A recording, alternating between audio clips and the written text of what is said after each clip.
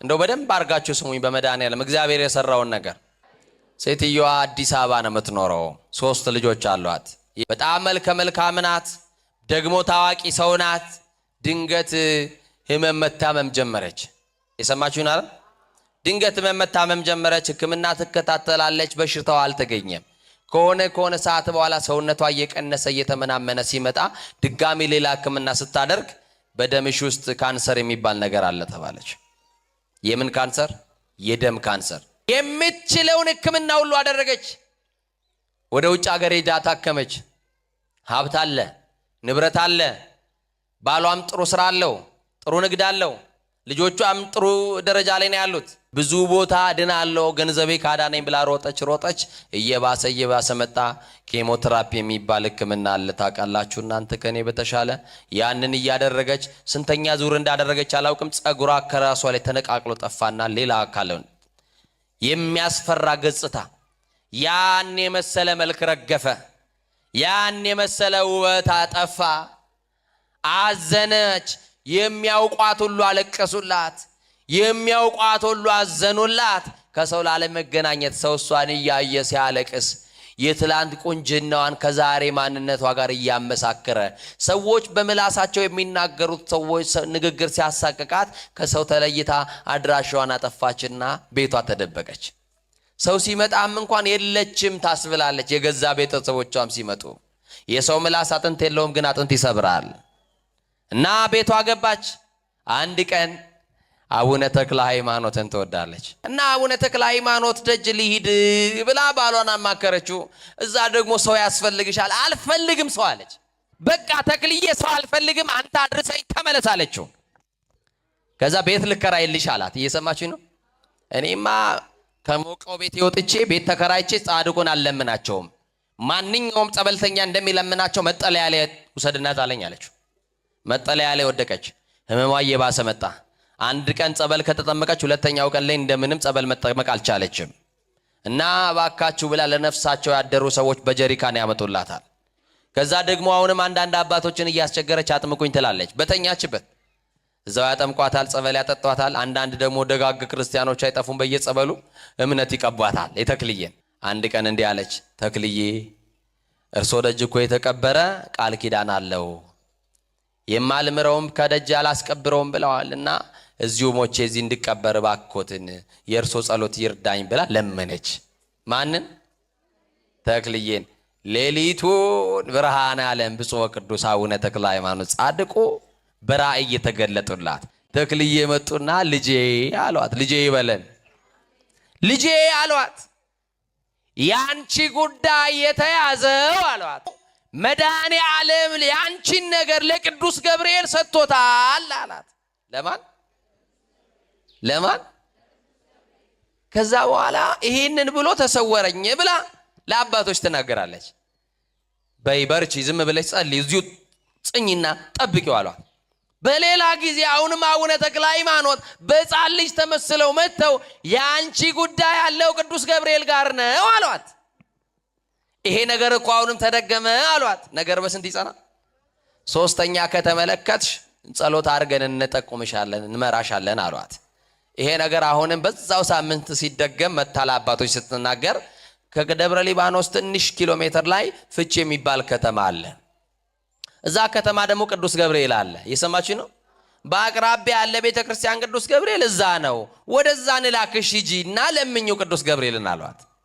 እሺ ብላ ወደ ፍቼ ከተማ ሄደች። መጠለያ ውስጥ ተቀመጠች። አሁን እኔ ተክልዬን እየተማጸንኩ ነበረ። ቅዱስ ገብርኤል ለካስ እኔን ለማዳን ከእግዚአብሔር የተላክ መልአክ ነኝ ያለች በቃ እግዚአብሔርን ታመሰግናለች።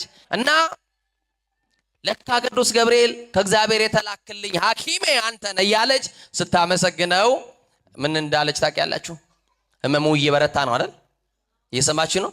እግዚአብሔር ተስፋ ሰጥቷት ትድኛለሽ የሚል ተስፋ ሰጥቷት ህመሟ ግን እየጨመረ ነው። ህመሙ እየባሰባት ሲመጣ ቅዳሴ እየተቀደሰ ነው። ገብታ ማስቀደስ አትችልም።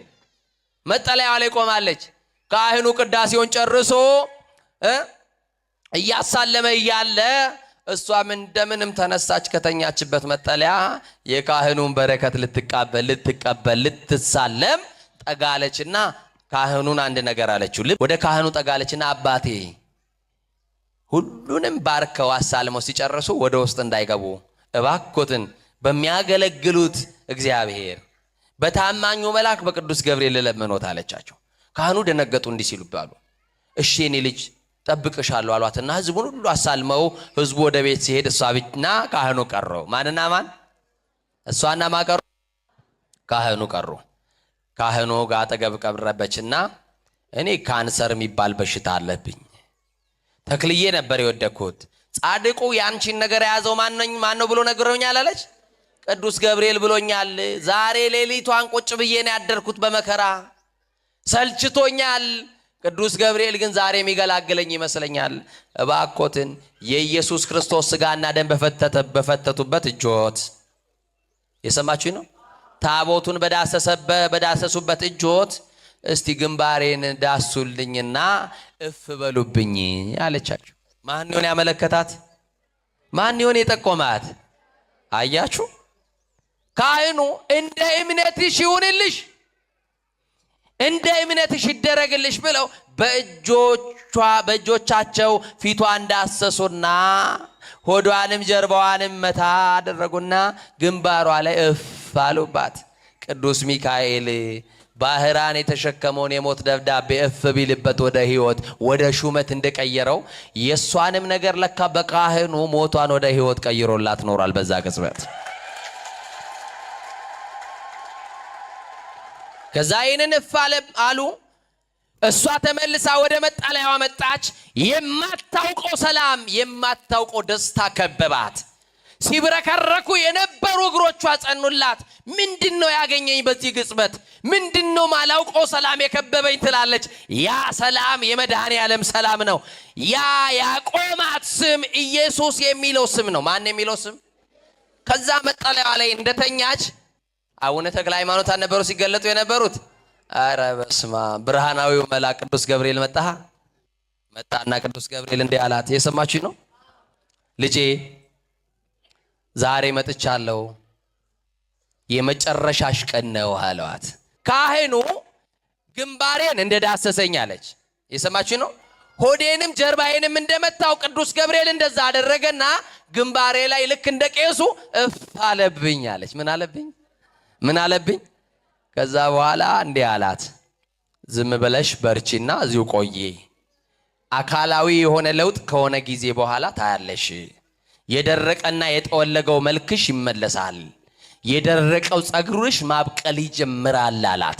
ተስፋታ ቤቷን ትታ ልጆቿን በተና የወጣችው እግዚአብሔር መልአክ ልኮላት አነሳት እና ከአንድ ወር በኋላ ልክ በወሩ በ19 የቅዱስ ገብርኤል ቀን ተመላጭቶ ወድቆ ረግፎ የነበረው ጸጉሯ ልክ እንደ ጎፈሬ ጸጉር በቅሎላት በእግዚአብሔር ፊት ለፊት ምስጋና ቀረበች።